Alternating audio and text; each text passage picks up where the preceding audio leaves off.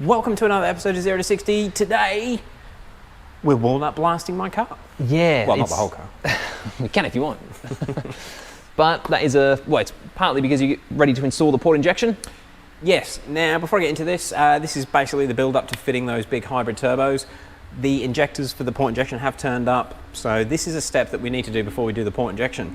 Now, doing a lot of reading online, I noticed quite a few guys, not quite a few, I read about 2 people, they fitted port injection and then had an engine failure like the next week. And one of the theories or suspicions that could have caused it was they didn't clean their intake valves. The port injectors have then dislodged a big chunk and maybe it's held a valve open or something like that. So we need to make sure that is definitely clean. The process. Now, you're going to help me do this. You haven't really been reading about this. It's all me. And I just got to say, the idea of blasting any sort of abrasion inside an engine just sounds horrible. Mind-blowing. So, what have you got there? This is a cheap 3D printed cone piece, I guess. Yeah, I got that online. I think it was around 20 bucks, and somebody's pretty much just copied the BMW tool that sits in the valves that allow you to poke your sandblaster or abrasive blaster in. For the abrasive blaster, I have gone for a really cheap one. I know you can get these ones in the States for around 20 to 30 bucks. I got this for $50 here in Australia. Actually, would you mind grabbing the camera and we'll show them what we've done with this little nozzle. Now, with our workshop, we actually have a vapor blaster and a proper sandblaster, so using abrasives is nothing we're unfamiliar with. These machines, you normally turn your nose up at because they are so bad, but I know a few people who've been using these, and I thought I'd give it a go since it was the cheapest option. What we had to do, so the original sandblaster gun comes with a ceramic nozzle which comes out of here and basically just directs the abrasive where you need it to go. I have made up a piece of acrylic which wedges in there and then holds the steel tube, actually sorry, aluminium tube. And that aluminium tube is flared open just on the inside. I've actually tested this and this pulls the abrasive through perfectly, even though it's such a long nozzle. You can also buy these nozzles online, so you don't have to make this silly thing that I've made, but I had the parts here to do it, so that's what I've done. And yeah, so essentially, the idea is that will go into the intake valve, aluminium tube in there. Vacuum on this end. Yep, and I'll be able to hopefully blast all that carbon off whilst the vacuum sucks it all out. Yeah, should we get into it, Dave? Well, now's as good a time as ever.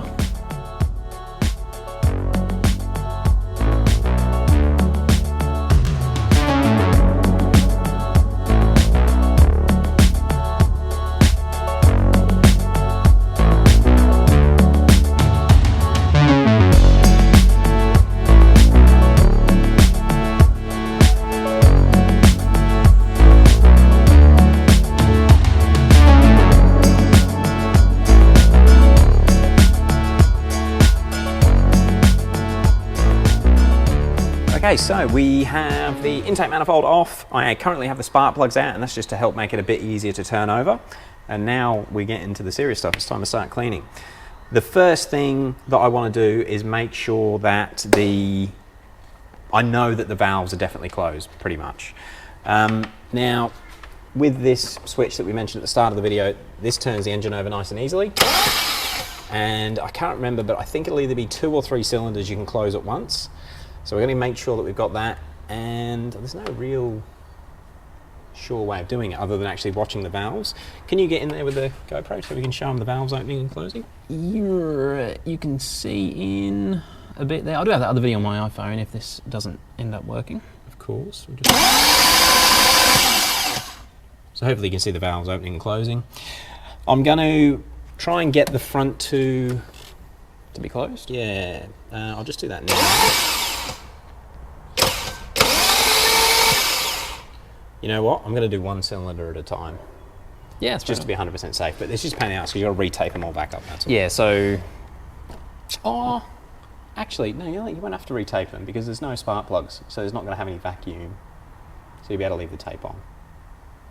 You'll be able to turn it over with the masking tape on. It won't cause a problem. We're good. Okay, cylinder 1 is definitely closed.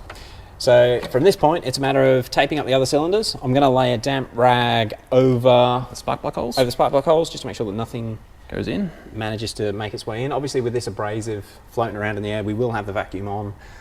but we just want to be safe. I'm also going to try and wipe away as much of the gunk that I can before I even slide this in. I started to slide that in. Actually, you might be able to see it on camera. And straight away, there's carbon and gunk. Luckily, I'd closed the cylinder before, but yeah, this is actually the right size, which is nice. All right, we'll see you guys in a few seconds, and we're nearly ready to start poking it.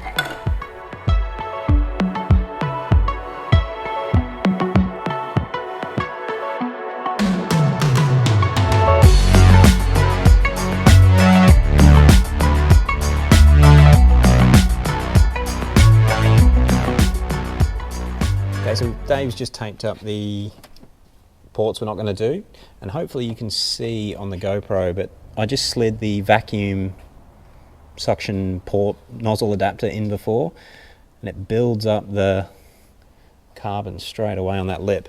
So I'm just going to wipe that off again. These aren't terrible. Actually, we'll flash up some pictures of before. That's what gets wiped off. It's all quite damp as well. But yeah, we'll flash up some pictures of before for these cylinders, some of the key ones, the dirty ones. And I think she's about ready, Dave. To fire up? Yeah, so we'll put that thing, the vacuum nozzle goes inside the port there. We will need the blaster as well. And the blaster there. Which is... This being the cheap one, I find it works much better if I sort of gravity feed it down, instead of trying to suck it up over the car. Well, I was testing it yesterday, it wasn't the car, but it just didn't want to suck up. We've got the airline. Just another quality piece. Yeah. Can I give the camera? We have that. And I'm gonna go upside down. And I think we're about good. I'm gonna run it for a second first off. Actually, I'll just make sure we've got abrasives coming out. Yep, we do. Yep, that works. The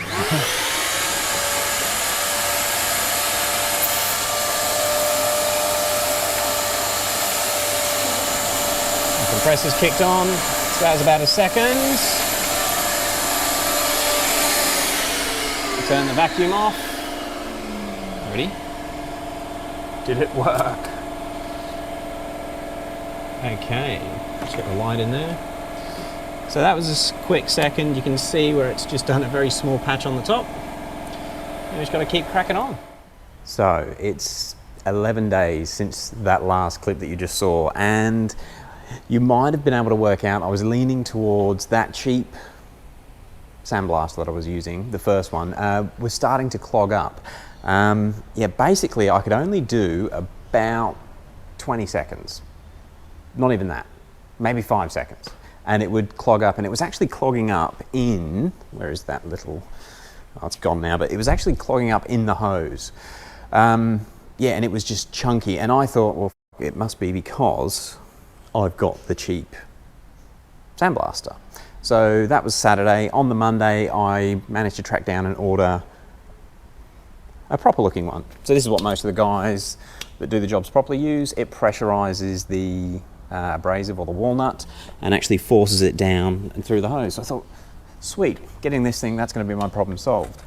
I think I got that Wednesday or Thursday. I can't remember the exact time frame, but I got that, put my walnut in it, and same problem. This would run for 10, 20 seconds, and then it would clog up. And this was clogging up in so many different places. It would clog up in this part of the hose, where the fitting goes on. It would clog up at the bottom, and you can actually adjust different settings.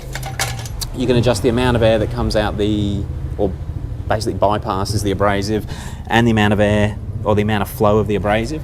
So we were trying different air pressures, different settings, lots of different ways. I think we spent nearly 4 hours messing around with this thing and couldn't get the walnut to flow. Contacted the company that I got the walnut from, which was an automotive parts supplier, told them what we were doing with the walnut, but I've never used this walnut abrasive before, and I wasn't really sure the size of it, and just said it won't flow. Did some research. A lot of people have issues with getting walnut to flow through their sandblasters. He contacted the company that supplied the walnut, and they had sent the wrong bag. There was nothing on the bag that they'd sent, but they had sent 12 grit, which is big. I'll see if I can put in a photo of the size of the 12 grit. They couldn't actually supply the size we needed at this point in time, so it's like someone in the warehouse has just grabbed what they had on the shelf and sent it up and hoped nobody would complain. I then had to order the correct walnut, which is a 3040 grit from a company down in Melbourne. They're 2,000 kilometres away, and I got that yesterday.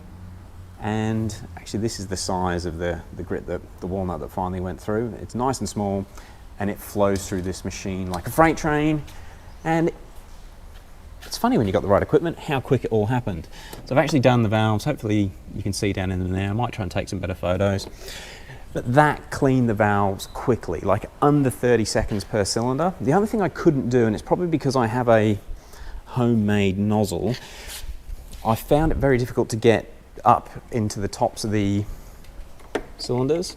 So you can see, hopefully you can see there, but there's a good 15 to 20 mil, which you just can't get. Well, I couldn't get with the blaster, and I've ended up just wiping it with brake clean. So there's no big build-up now, it's just discoloured, which is why it doesn't look as clean as I'd like. But aside from that, the walnut blasting is finally finished. It was one of the scariest things I've ever done on an engine. Spraying an abrasive into the motor was horrible. Something I did do, which I hadn't seen other guys doing. As I finished each cylinder and I'd have everything taped up, I made sure I had rags in all the inlets. And I had the coils sitting in the spark plug holes, but didn't have the spark plugs in there. So as I'd finish a cylinder, I'd take the coil out and I'd use this little tool, which would sit in where the spark plug goes, and I'd just crack the valves open a little bit and then blast air into the cylinder that way, just in case there was any little bits of walnut stuck on the edge of the valves I couldn't blast out with the air line from this side, and that would remove it that way. So fingers crossed, nothing has gone in the engine, but it is definitely a bit of a scary thought.